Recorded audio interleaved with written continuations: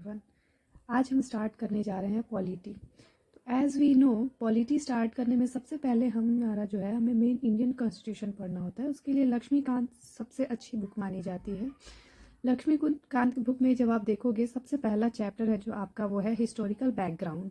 Historical background में क्या आता है कि हमारा जो कॉन्स्टिट्यूशन बना था, हमारे कॉन्स्टिट्यूशन को बनने से पहले इंडिया का क्या क्या कंडीशन था, सिनेरियो क्या था, कैसे कंडीशन में ऐसा रेडी किया गया ये ड्राफ्ट जिससे हमारा कॉन्स्टिट्यूशन बन के तैयार होता है। ठीक है, तो सबसे पहले हम लोग सब जानते हैं कि हमारा इंडिपेंडेंस से पहले जो इंडिया थी वो वहाँ पे क्या थी, ब्रिटिश रूल थी। तो ब्रिटिश रूल को हमने टोटल 2 पार्ट में यहाँ डिवाइड किया है। ब्रिटिश रूल कब से कब तक थी, 1773 से 1947, ये प्रॉपर रूल हम लोग लेते हैं। ठीक है, तो सबसे पहला जो पार्ट हमने लिया है वो कंपनी रूल, यानी कि ब्रिटिश जो थे ईस्ट इंडिया कंपनी के नाम से रूल करते थे। और जो दूसरा पार्ट है वो क्राउन रूल, ब्रिटिश क्राउन के हाथ में चली गई थी डायरेक्ट से ये रूल, जो आता है 1858, जो रिवोल्ट हुआ था ना, रिवोल्ट ऑफ 1857, उसके बाद से ये स्टार्ट हो जाती है। और हमने 2 पार्ट में डिवाइड कर लिया है, कंपनी रूल और क्राउन रूल। क्राउन रूल के हाथ के टाइम पे क्या होता है, सारी पावर डायरेक्ट ब्रिटिश क्राउन के हाथ में चली जाती है और इंडिया को हर मेजेस्टी के नाम से रूल किया जाता है।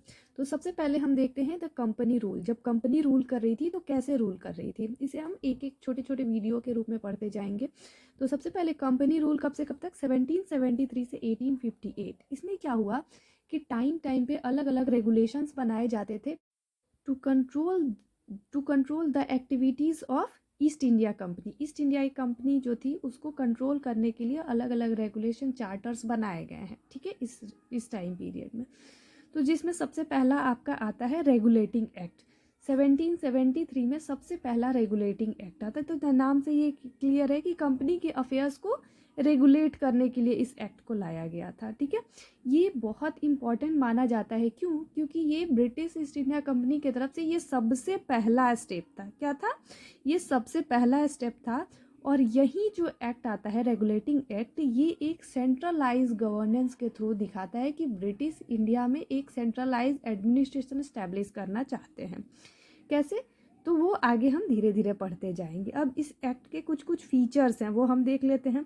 सबसे पहले जो गवर्नर जनरल होते थे उनको गवर्नर ऑफ बंगाल बोला जाता था, लेकिन इस रेगुलेटिंग एक्ट के तहत क्या किया गया, गवर्नर ऑफ बंगाल की जगह गवर्नर जनरल ऑफ बंगाल कहा जाने लगा। ठीक है, लॉर्ड वॉरेन हेस्टिंग क्या थे, ऐसे post governor general of Bengal. उसके बाद क्या किया, इस एक्ट में क्या कहा गया कि जो मद्रास और बॉम्बे प्रेसिडेंसी के जो गवर्नर्स हैं वो किसके सबॉर्डिनेट होंगे, या फिर बोल सकते हैं कि जो बॉम्बे और मद्रास प्रेसिडेंसी है इसको सबॉर्डिनेट बना दिया गया बंगाल प्रेसिडेंसी के, मद्रास और बॉम्बे प्रेसिडेंसी को। थर्ड क्या होता है, इसी एक्ट में सबसे पहला बोला गया था कि कोलकाता में एक सुप्रीम कोर्ट स्टैब्लिश किया जाएगा। तो ये थे इस एक्ट के, इस रेगुलेटिंग एक्ट के 3 मेन फीचर्स। और भी बोला गया इसमें, और भी छोटी छोटी बहुत सारी बातें थी, बट ये तीनों इंपॉर्टेंट है। मेनली इसमें बोला गया कि कंपनी के जो कोर्ट ऑफ डायरेक्टर्स को इस्टेब्लिश किया गया था, बाकी रेवेन्यूज़ और बाकी सारे काम को देखने के लिए। बट ये क्या था, ये इम्पॉर्टेंट चीज़ था इस एक्ट का। ओके, आगे का हम लोग नेक्स्ट एक्ट नेक्स्ट वीडियो में देखेंगे।